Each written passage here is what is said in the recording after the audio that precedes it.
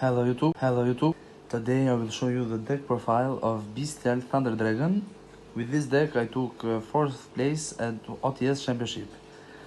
Let's begin with the main deck.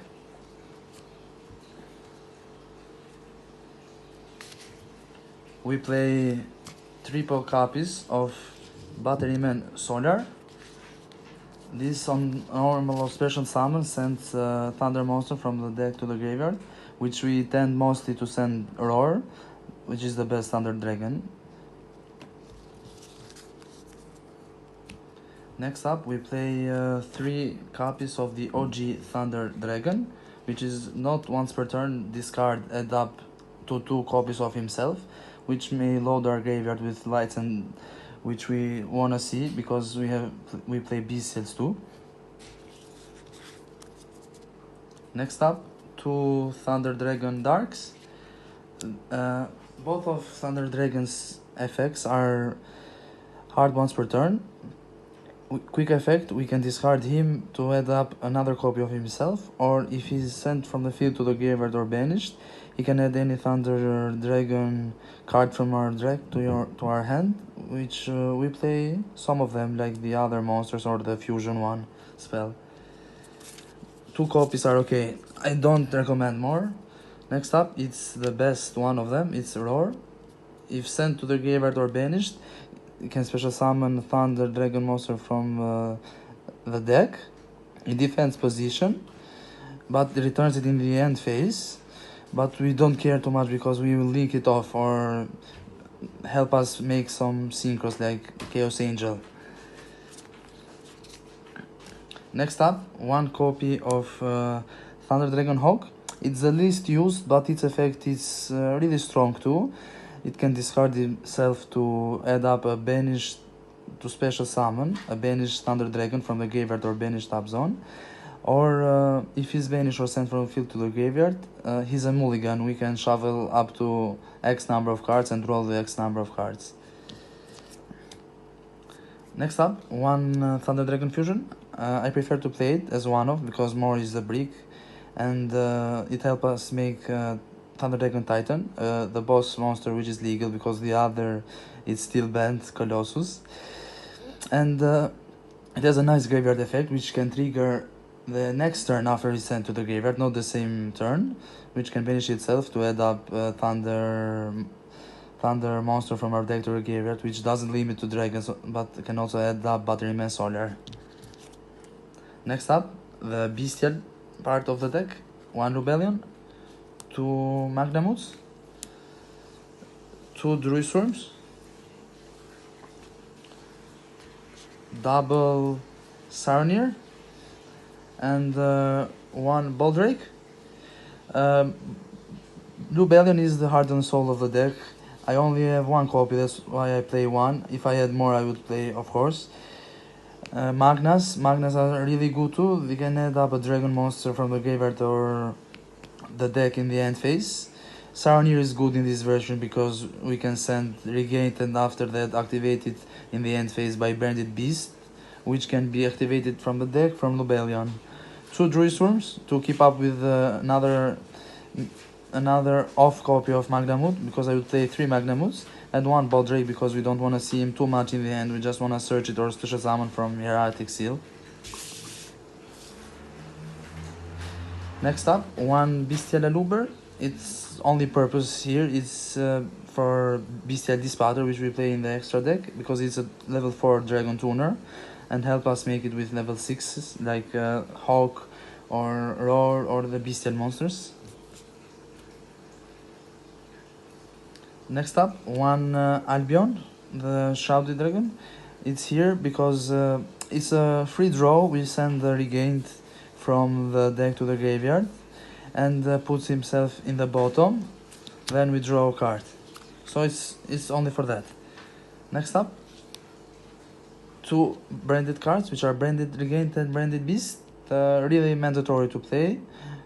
If you have space, I would recommend 2 Regained because the second effect to special summon a Bystial monster from the graveyard is once per chain and once per copy. So if you have 2 copies, you can special summon up to 2 Bystial monsters, and it favors you really follow-ups every turn, but by giving you draws and special summoning the Bystial monsters. And Branded Beast is a really good interruption, which can activate the regained in the end phase. Or if you play the Branded Etude, which I play in the side deck, it can even activate it, because it activates even traps, not only spells. And there's a really good pop on your opponent's turn, which can be useful even with Hieratic Seal. If you tribute it, you will activate its mandatory effect, not only popping your opponent's card. Next up, this time we don't play 3 because we are not in Dragon Control or Dragon Link, but 2 copies of Starly Seyfried. Our best normal summon will be Batteryman Solar, which can send the Thunder Roar, and we banish it with a Bystial, and then keep up with the Link plays or Synchro plays. But Seyfried is still good. He can send himself as cost to add up a level 4 in this case, or send a level 6 a Bystial to add another Bystial level 6, or send a level 8 total to add Lubellion or Levianeer. So it's still really good, and we can play it and help us a lot. Next up, 1 white and 1 black, because they are limited, unfortunately. I would if they weren't limited. They are really good as standards in arid summons. We can add up from the deck themselves, so black adds white and white adds black, and they are really mandatory to play too. Next up, 1 boss monster, 1 chaos boss monster, which is Chaos Dragon Levianeer. Really good card, especially after turn 3, if you manage to go there, because it can pop cards, revive monsters in defense if you use 3 lights, or even rip a card from our opponent's hand to his deck by banishing 3 dark. So really good. Next up, another mandatory card which we need to play because we play lights and darks is 3 Chaos Space.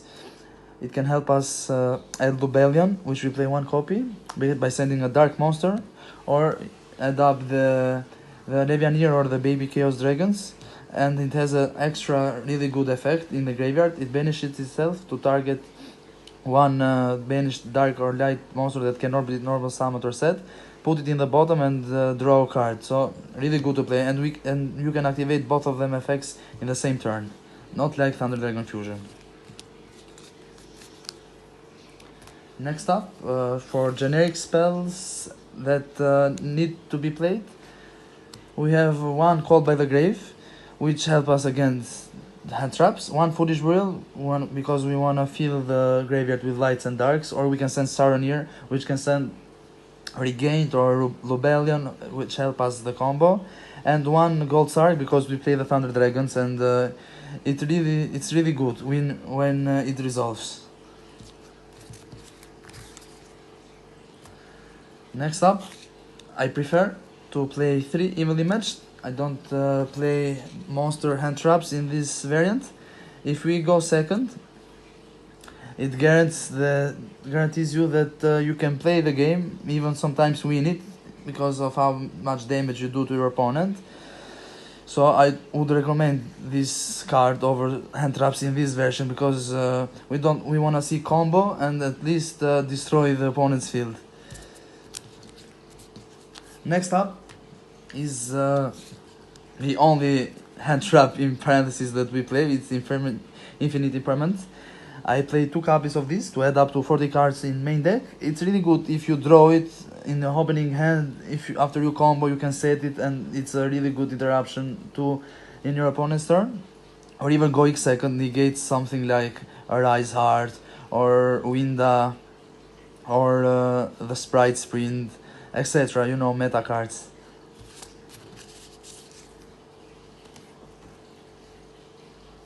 Next up, for the extra deck, 1 Linkuribo.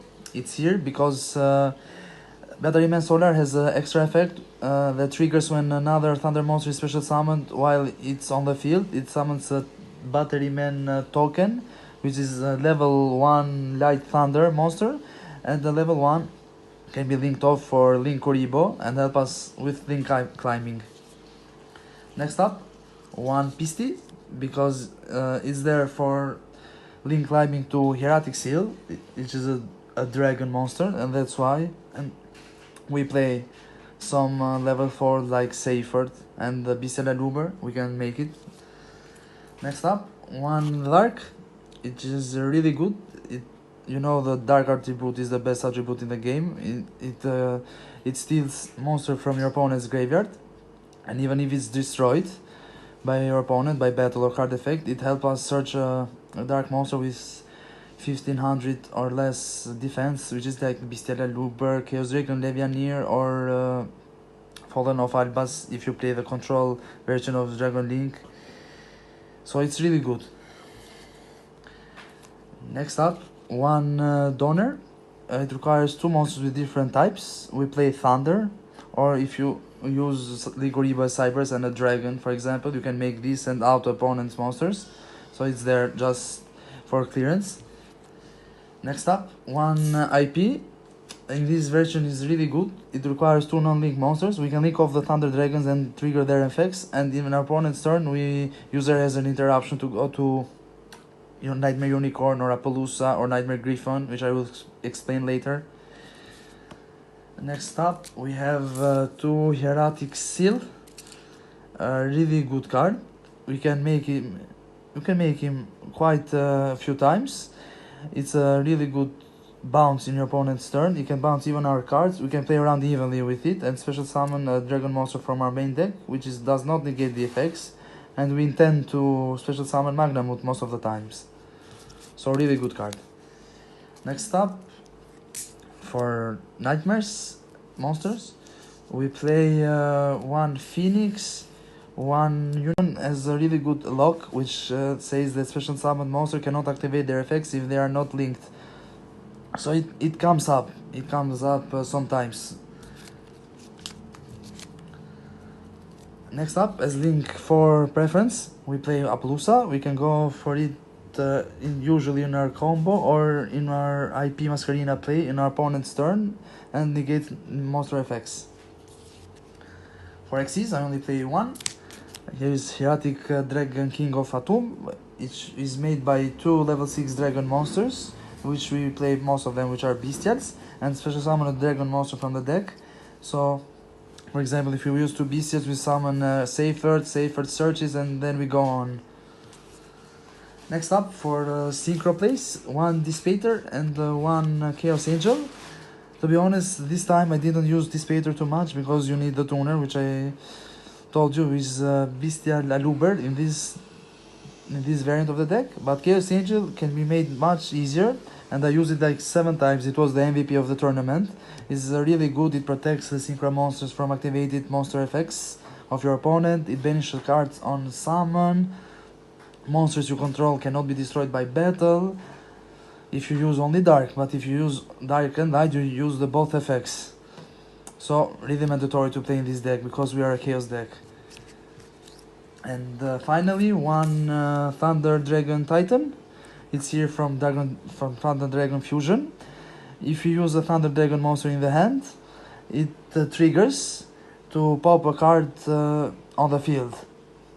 And it protects itself from card effects by banishing 2 random cards from the graveyard. It doesn't matter to be monsters or Thunder Dragon cards. It just banishes, so it's a really good protection. Not as good as Colossus, but you know, that's why.